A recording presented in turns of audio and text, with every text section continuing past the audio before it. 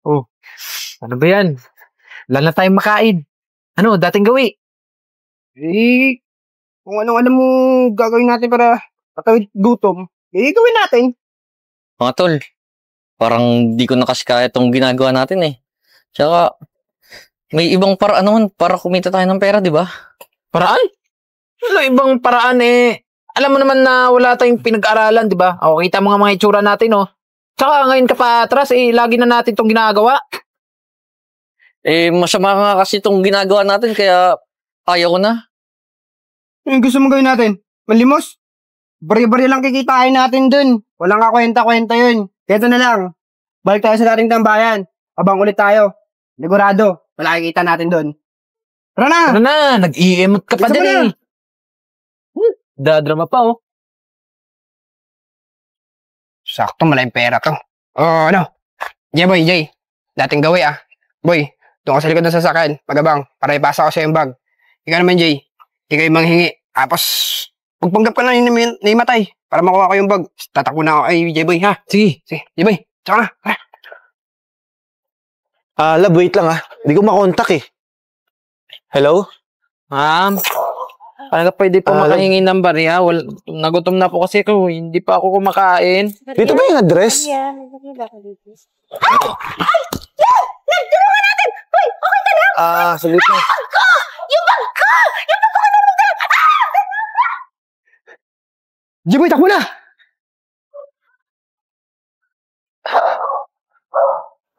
Sir, huwag mo na po abulin. Ito na po yung bag. Kasama ka, di ba? Sumama ka sa akin. Ika rito. Sayaw! Oh, Ay, yung bag ko! buti nabutan ko. Itong mga to eh. Mabuti pa tatawag ang pulis. Alin sa phone? Hindi, wag na. Nabalik naman ikaw. Oo naman. Hindi, kasabot to eh. Anong hindi? Mamaya makapambiktima pa ng ibang tao yan eh. Paano mo nakuha yung bag? Hindi naman siya yung mablot eh. Ay! Ay! Nangyatay! Dali! Dali! Buhatin mo dali! Isakay mo dali! Ay, sakay ko. Ma'am, sir.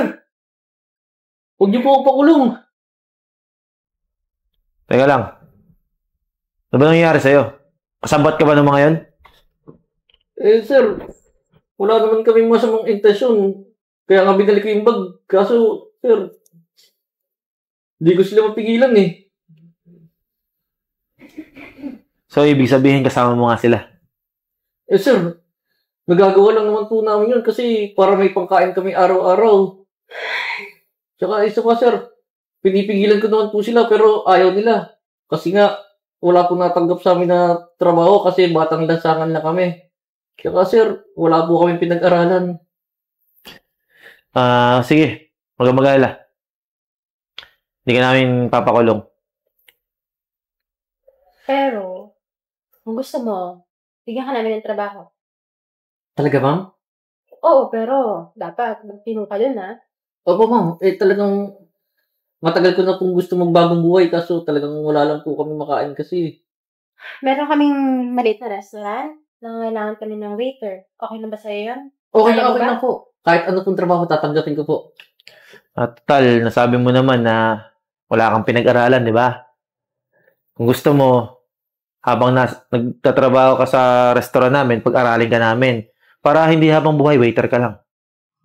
Sige po. Talagang tatanungin ko po na utang na loob to sa inyo, mga ma'am, sir. Ano ka ba? Mas mabuti na yung may pinagkakaabalahan ka kaysa mambiktima kayo ng mga tao. Alam mo, di ba? Alam mo namang masama yun. Opo. Oh. Kaya, huwag mong aksayin yung pagkakataong to.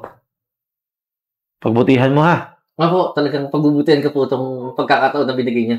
Siya, alam namin, kaya ka nawalan ng malay dahil di ka pa kumakain. May pagkain doon, kumain ka muna. Sige po. Tara.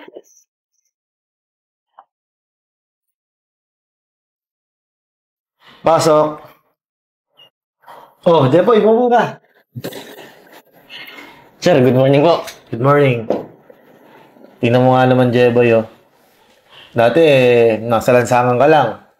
Tapos, ngayon, kasama ka na namin dito, magtatrabaho at natupad mo na yung mga pangarap mo. Oo nga, sir eh. Sir, di ko naman po mararating lahat ng ito kundi dahil sa inyong mag-asawa eh. Kaya sir, maraming salamat po sa inyo ha. Ano ka ba, Jeboy? Deserve mo naman yan eh. Masipag ka. Tsaka may pangarap ka sa buhay. Kaya mabuti lang na kahit pa paano tinupad mo yung pangarap mo. Nga sir, sir, may request sana ako eh. Ano ba yun? Sir, baka pwedeng meron yung sasakyan mo. Kahit 30 minutes lang, sir. Kaya parang bistahin mo tayong jowa mo. May jowa ka na ba? Hindi, sir. Bibistahin ko lang yung mga dating kasama ko. Papayuhan ko lang sila na sana magbago na sila. Oo naman, Jeboy. Ito yung sasakyan. Alam mo, Jeboy, sa makikita nila, sigurado ako matutuwa yun.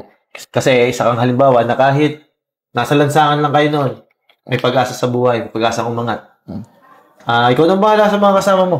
Sige, sir. Maraming salamat. Babalik agad ako. Tapos na rin naman yung trabaho ko eh. O sige, sige na. Sige, sir. Mo, Salamat po. Ingat ka. Diskarte natin. May pangkain tayo. Kaya nga nagugutom na nga rin ako Nung nakaraang biktima natin, barya-barya lang naman yung nakuha natin dun Balik ka sa dating gawi. Ano? Tama yan. Sakay. Punta natin. Maraming pera. Dating gawi Himatay-himatay Kuya.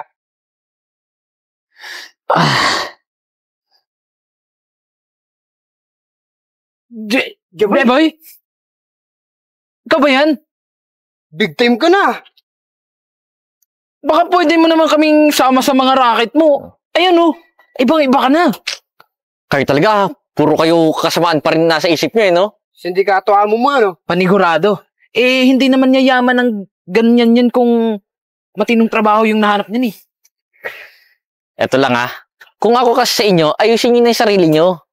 Kasi, yung mga katulad natin, may pag-asa pa na makaahon sa buhay yan Tsaka, di ako pumunta dito para sermonan kayo Pumunta ako dito para itinig kayo. Kumain tayo sa labas. Kasi, alam ko naman na kayang-kaya nyo pa talaga magbago. Tsaka, mas masarap kumita ng pera sa magandang paraan. Hindi yung may pera nga kayo, pero sama-sama nyo naman nagagamit, di ba? Tara, sakay na kayo. Dito natin pag-usapan kung paano ko naayos sarili ko. Tara.